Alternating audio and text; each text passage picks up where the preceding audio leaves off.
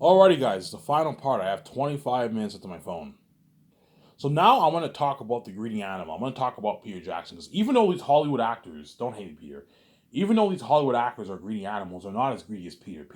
Peter would never accept. Peter wouldn't direct a movie for $25 million. He would demand something crazy. Before I didn't know how big Peter was.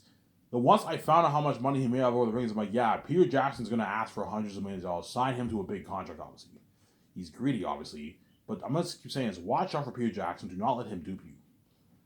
Do not let Peter Jackson dupe you. My deal for Peter is $85 million base salary, which is $105-6 million in his own money, in salary and bonuses for the to direct my movie. Obviously, He'll be my co-executive producer. He'll be my co-executive producer, my co-writer, and my director. I'll pay him $85 million deal for that. Obviously, I can give him I'm more than happy to pay Peter money for the game. If Peter wants to be involved in the game, I can pay him $15 million to write the script for the Xans game. I can give him 0.05% of the profits. He can sign him to like a $22 million deal for the game if you want. Chances are it's not going to happen. As I need him to focus on the on the movie, obviously. But I'll give Peter a tour of my game studio too. Hey, Peter, you want to take a tour? Let me give you a tour of my game studio. I give Peter a tour of my game studio. He's like, holy shit, Ivan, this is nice. So this is where all the guys are going to be working. Yeah, this is where all the guys are going to be working. This is where all the actors are going to do their voice acting work. This is where all the actors are going to are going to wear the CGI technology for the character face models. Holy shit, Ivan, your company's top notch. Yeah, it's top notch. It's in my nice Grand Theft property. Yeah. And then Mel Gibson, I'll pay him $56 million for the movie, and I'll give him 0.5. He'll make a good 280 million. Mel Gibson signed like his $340 million deal around there. Whereas Peter Jackson signed like his 400, 450, 500, 450 most likely, 450, $500 million deal he signed. Or I can give you a flat $400 million. You prefer 0.6% of the profits, or do you want to make? I can pay your flat $400 million off the royalties if you want, from the royalties if you want, or you sign your $500 million deal, or I can give you 0.6. You'll still make about 400 million, perhaps even more. 0.6 might be more than $400 million, Ivan. Yes, it might be more. That's why I just pay him 0.6. That's my note for Peter and Melanie. Peter gets greedy. You know what I'm saying? Peter, I'm paying you 85 million, and you get 0.6% of the profits of Sky Source Film profits, not the full profits. No, Sky Source Film profits. You get 0.6% of the 72% me VJ made, which is probably a good 400, 350 million royalties. That's my deal for Peter Jackson. If he gets greedy and he wants more money, I'm like, Peter, you're getting greedy. I'm not going to do about that, man. You know what I'm saying? Ivan, what about a $900 million deal off the royalties, Ivan? I'm like, no, Peter, you're getting greedy. I'm not going to pay you that. But Ivan, you're greedy too. You know what I'm saying? You're going to make your planes, you're giving me peanuts. Yeah, and the peanuts I'm paying you is money that you don't even make in Hollywood. Watch out for Peter Jackson. If chances are his agent's going to try and ask for something crazy, man. Like 700, 800, 900 million, even $1 billion deal for the royalties. Ivan, fuck 0.6. Just give me $1 billion off the royalties, Ivan. I'm like, Peter, I'm not going to give you $1 billion off of the pie, off the royalties. You're not worth it, man. I wouldn't even pay Steven Spielberg that kind of money. And he's bigger than you. Sincero? He's bigger than you, Peter. Yeah, man. Ivan, why would Peter be greedy? I told you, because Peter is not stupid. He saw my videos. He knows the kind of money me and VJ are going to make, man. Yeah, if I don't know, if Ivan prices his box set for $160 on Amazon, and a billion, 3 billion, 4 people buy that, you do the math. Ivan Reeds are gonna make their like 50, $55 billion in royalties, even 60 billion in royalties. He wants nice like 900 million, $1 billion of that pie. Obviously, he's greedy. Obviously, he might even try and push for even $1.5 billion, Peter, because he's greedy. I'm like, Peter, but most likely not. Chances are his agent, because Peter Jackson knows he's not worth it, obviously. But chances are Peter Jackson will guarantee and try and push for like a 700, 800, 900, even $1 billion deal for the royalties, because he's greedy, obviously. He wants a nice like 600, 500 million in his bank, man, after taxes. You know what I'm saying? Because Peter Jackson knows, yeah, even though my base salary is a lot of money, the real money is Ivan's royalties. And that's why his agent's going to try and get a nice piece of that, obviously. A nice piece of that. I'm like, Peter, I'm not going to give you $1 billion in royalties. You're fucking crazy, man. Would you give me $1 billion? No, I'd pay you like $25 million flat salary, and that's it, yes. And I'm nice enough to give you $350, $400 in my royalties, Peter. It's a good deal.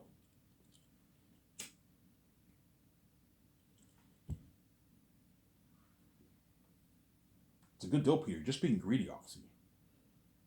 You know what I'm saying? But once he senses I'm getting annoyed, he'll be like, all right, man, it's a deal. I'm just being asshole. I'm just being greedy. Now, what you're paying me is more than enough. I don't even make this in Hollywood. Yes, Peter, you don't make this in Hollywood. You probably make on average 80, 100 million dollar contracts in Hollywood, Peter. 60 million dollar contracts in Hollywood. I'm giving you a fucking $500 million deal. I could pay you a flat $400 million off the rollers if you want, Peter, instead of giving you 0.6. 0.6 is probably about $350 million. But, or, Peter, I'm going to ask Peter, do you prefer I give you a flat $400 million off the royalties? Or do you want me to give you a percentage of 0.6? You'll still make your 350, 380, 400. I don't know. Give me a flat $400 million. I can give Peter a flat $400 million, or I can give him 0.6. I'll just give him 0.6. He'll make about $400 million in royalties. For the movie, obviously. Ivan, what about the merch? You know what I'm saying? You're going to get Peter a piece of that? I'm like, no. Are you going to get Peter a nice, like, 0.6% of that? I'm like, no. Peter Jackson's not getting... You think... Peter, I know you're greedy. You want to make more money. Ivan, what about the merch? I'm like, no, Peter. You're not getting squaw off the merch. You're not featured on my mugs. You're not featured on my posters. You're not the star of my movie. You're my director star. You're my star director, but you're not my star actor, man. I'm not going to give you pieces of the merch.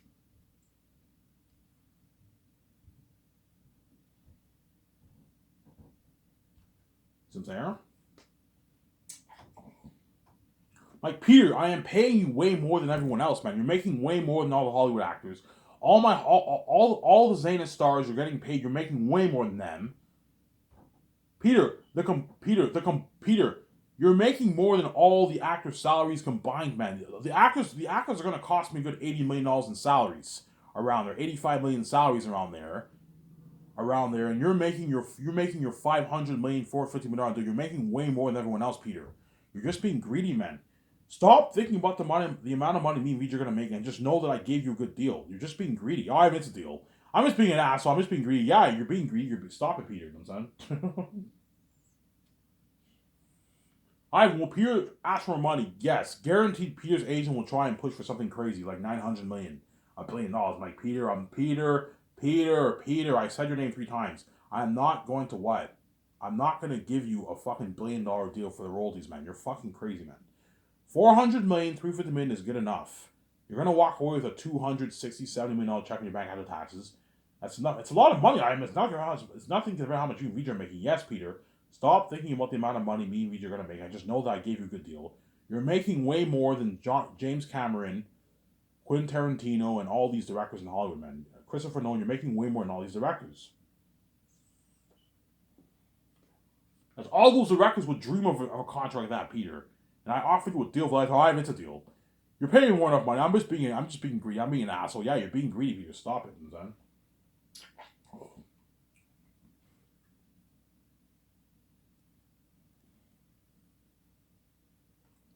And I'll pay Peter a $2 million re-release for till he passes away.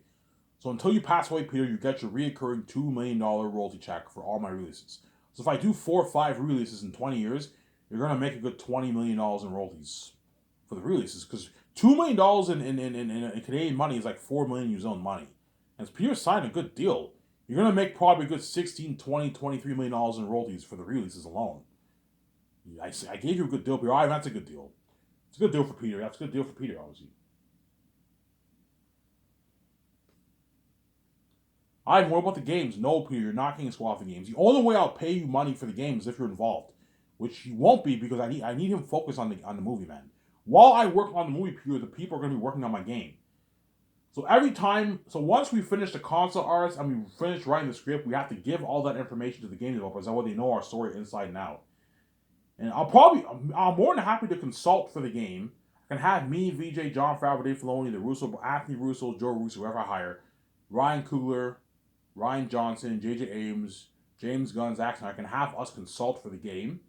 Pay your 2 script developers a good like $20,000 to consult, and Peter, I can pay him $30,000 to consult, just to consult like once a couple times a year. We consult and all that stuff. But if Peter wants to write the script, I can pay him a good like $15 million salary for it, to write the game script, to co-write it, and I can give him like 0.05% of the profits. He'll make like $8 million in royalties or something like that, $9 million royalties. You do good like that for Peter if you want, but chances are he will not do that. Peter will, I'm more than happy to consult for $30,000. Yeah, help me and VJ consult for the game, and I'll pay you $30,000 for it. Good paycheck. But we're not gonna be involved in the game, Peter. We have to focus on the movie. The movie is our priority. We have to focus on the movie. I hired my own team for the game. Focus on the movie, Peter. Okay, Ivan. That's what you're saying. Yeah.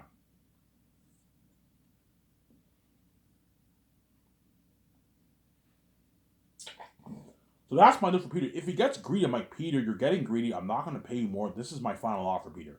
If you don't like it, I will hire someone else. I'll hire Mel Gibson. Same goes for Mel Gibson. If Mel Gibson doesn't like my offer, I'll hire Peter. Okay, Mel, if you don't like my offer, I'll hire Peter instead. If I choose Mel over Peter, you know what I'm saying?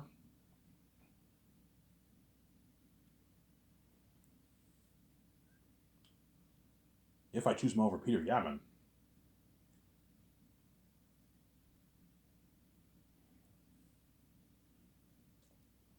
You gotta be careful for the Sharks. And then Guillermo Toro, I'll pay him a $2 million salary for production, and I'll give him like a $500K bonus. And I'll split his bonuses for the 3 years. First year you can pay him $200K. Second year you can pay him $100K, and the third year you can pay him his $200K. His $200K to oversee stuff, and then production you pay him his $2 million, and he gets his $250K post-winning bonus. And you give him 0.01% of the profits, he'll make $5 million in royalties. It's a good paycheck for Guillermo Toro as assistant director. Because he's my assistant director, I'm not going to pay him as much. Pay him way less.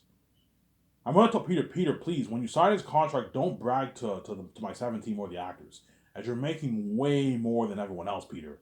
So, yeah, I know, but I won't brag about it, you know what I'm saying? Give me a sec, guys. I'm going to go upstairs and get my coffee real quick. I only have a good, 14 minutes into my video. Don't hate me, you know what I'm saying? Let's get through it, we don't want to wait.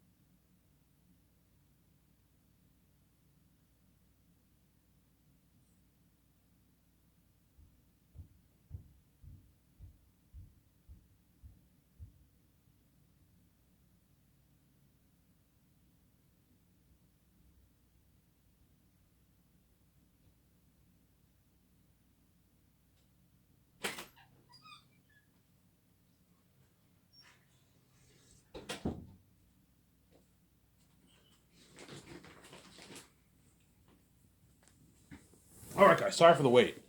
I only have a good 12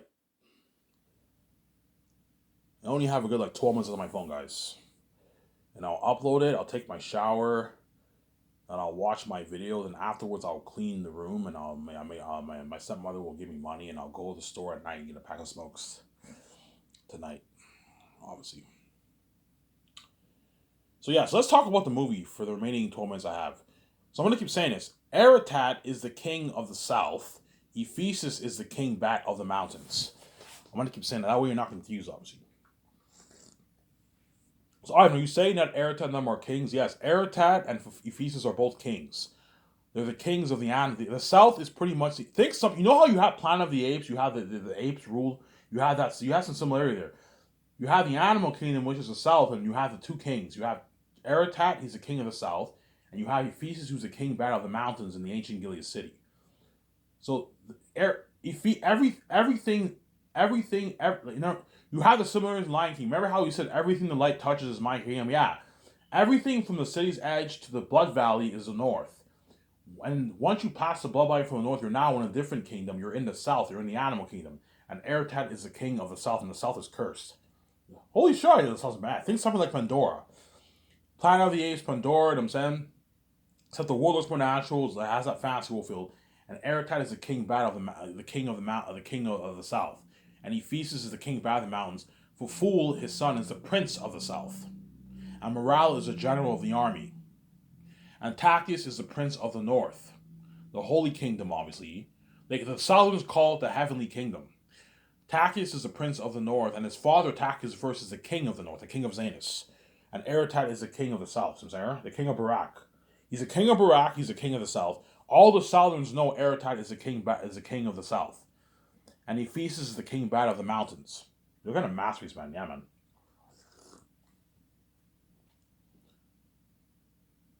Ivan, how big? The Blood Valley is huge. The Blood Valley goes on for hours. It goes on for hours. It's a huge valley, obviously, and it's the bridge between the north and the south. Obviously, it's the bridge. In the movie, I won't have it be an actual bridge in the movie. No, it's a big valley, but it's the bridge between the north and the south. Obviously, once you pass the Blood from the south, you're in the north, the Holy Kingdom. Once you pass the Blood from the north, you're now in the south, the cursed Animal Kingdom. Obviously. So the South is like the Animal Kingdom. Yeah, think of like a prehistoric advanced fantasy world. The South is like like the Animal Kingdom, and Eretat is the king of the South. But Eretat is not a wolf on four legs, and he's not looking like a werewolf. No, he's an animal, but he has human features, obviously, like Pennywise the clown, something cool like that. He wears clothing. You know what I'm saying? He has this psychotic, clownish look, and he has like big pointy ears, big sharp teeth, big clawed hands, big clawed feet. He stands on 2 feet. He's like 6'4", 6'5". That's why people are like, yeah, Ivan, you're a masterpiece, man. You're looking, if you tell this kind of story, you're looking at an amazing story. Yeah, you're looking at a masterpiece, man. And then Cassius and Tacitonius are Tactius' cousins, obviously, but they're not the heirs. I'm going to keep saying that. The only way they would be the heir is if Tactius died, obviously, but they're not the heirs. Tactius is the heir because he comes from Tactius I, whereas Tacitonius and Cassius are they're royalty. They're part of the royal family, but they're not the heir to the throne. Lythius is Tactius' half-sister, but she's not the heir to the throne. Tactius is the heir to the throne, and his queen is the heir to the throne. Whereas Lythius is not the heir to the throne because she doesn't come from Tactius I. She has a different father than Tactius. Lythius and Tactius have the same mother, but they have different fathers. Lythius' father is not royalty. Tactius' father is royalty, hence why Tactius is the heir, obviously. You know what I'm saying? And then Tacitonius and Cassius are his cousins. And Zeal and Furial are the father of Tacitonius and Cassius. They're Tactius I's brothers. So Tacitonius and Cassius are Tactius' cousins. They're royalty, obviously. People respect them. They're part of the royal family, but they're not the heirs. So you're gonna see like Jar Moega and Digimon and Sue. They wear these nice like robes and Zanus.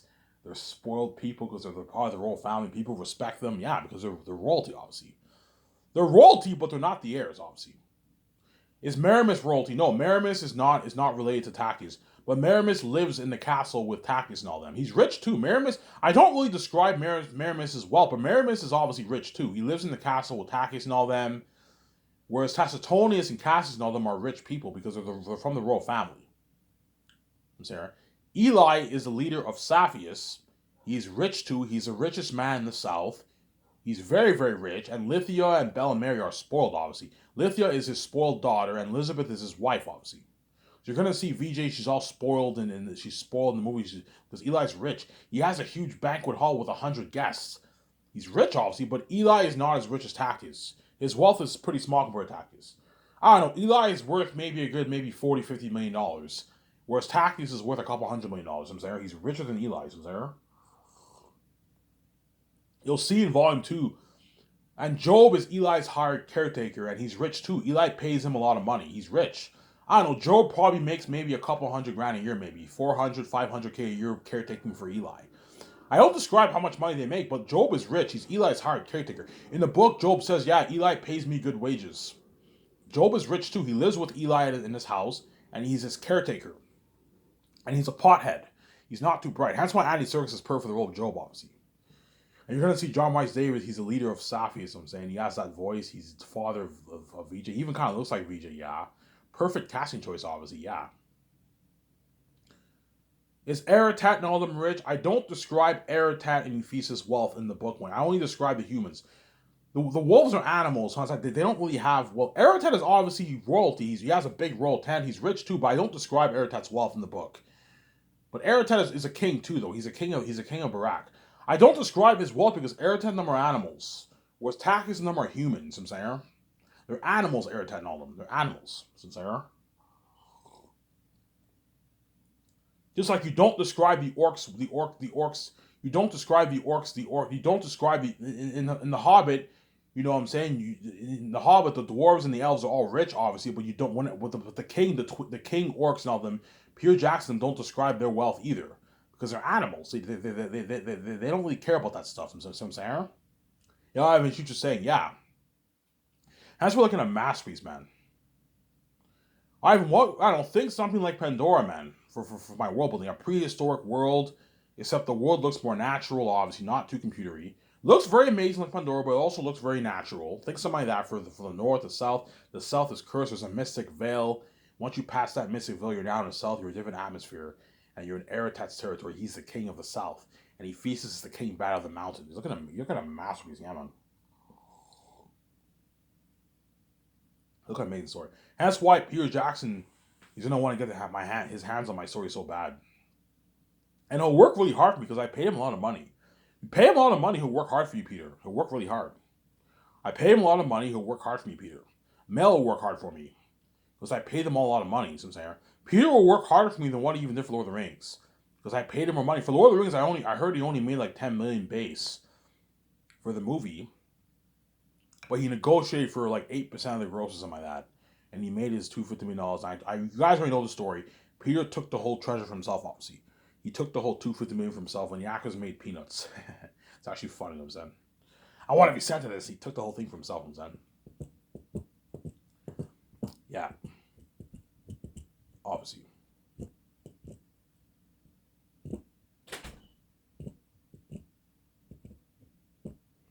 Yeah.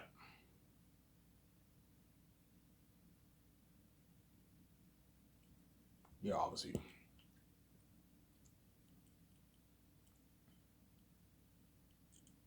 Yeah. Yeah, you're looking at an amazing story for my movie, man. Ivan, why is the South cursed? I don't want to spoil a story for you. You'll find out what I mean by that when you read it. That's why you get some biblical symbolism, obviously. You have heaven and you have like hell. It's not like the Bible, but like you can get some symbolism in the Bible. The South is kind of like hell. It's cursed. That's where all the demonic beings live. And the North is holy. That's where the humans live. And the Northerns all live, obviously. And Nantakis is the prince of the North. See what I'm saying? And the Southerns all live in the South in the animal kingdom, in the cursed South, obviously. But the Southerns in the South are not cursed because they're humans, obviously. It goes back to the I don't want to spoil this over you. The Southerns are not cursed. The only beings in the South that are not cursed are the humans, the Southerns. The Syrians and the Safians are not cursed, but they live in the cursed South, obviously. And they know Eretat is the king of the South. Eretat does not rule the humans. They have their own laws, but he is the king of that region. He's the king. Everyone knows he's the king of the South. It is his territory. He is the king of the South. Ephesus and all them. Ephesus does not rule the humans either, but he is the king bat of the mountains. He's the king bat of the cursed Western Gilead Mountains, as well as the of that city, the ancient Gilead city. He's the king of the city, obviously, the cavern city, obviously. So I'm saying, look at something like Moria. You're looking at something amazing, yeah. How many bats live in the caverns? In the book, I described there's about like 600-700 bats living in there. In the movie, I might have them be maybe 2,000 bats to make it more interesting. Is the city huge? Yes, the city is huge. It's massive. Something like Moria. Remember Moria? It took Gandalf and them 6 days to cross Moria in the movie. Peter skipped the parts when they skipped the days, obviously. But it took them. If you watch the movie, Gandalf says it'll take us 6 days to cross the Moria. The ancient Gilead city is huge. It's a huge city, obviously. It's massive. Something like Moria. Remember that Pillar City? Yeah, something like that. It's huge. It's big enough to fit 5,000 people in there. It's a huge city, obviously. And Ephesus is the king bat of the mountains. And Ephesus and all the bats, they sleep in those rooms. They sleep upside down in those rooms, obviously. Something creepy. You have a scene where Cassius goes into the room. He doesn't know there's bats sleeping there, and he finds later on there's bats sleeping there, and he slowly takes slow steps. Obviously, he exits. Like, there's bats sleeping in that room. Yeah, there's something creepy like Moria. Yeah, they're looking at an amazing movie. Yeah, man. Look at an amazing movie, yeah, man. Obviously. And then all the demonic being, all the demonic wolves, all the thousands of tens of thousands of wolves, something like, remember, leave none alive. Remember that? Yeah, all the demon wolf army, they all live in Barak. Barak is a huge land, and all the civilian demon wolves live there. Imagine playing on the big screen, man. You have like Barak, that's where all the demon wolves live. Something like, you know what I'm saying? You have them marching towards Zane, something like Two Towers, leave none alive. March to Helm's Deep, something creepy like that. Yeah, man, look at an amazing movie, man. That's why Zane's will be the best story told the most bitchin', man. It'll be the best story told the most bitchin', man. Look at an amazing movie, yeah, man. Anyways, I ran out of time here. It's if this video, I'm gonna upload this video and I'm gonna take my shower and enjoy the show with you guys. Out of here, I'm signing out. Peace.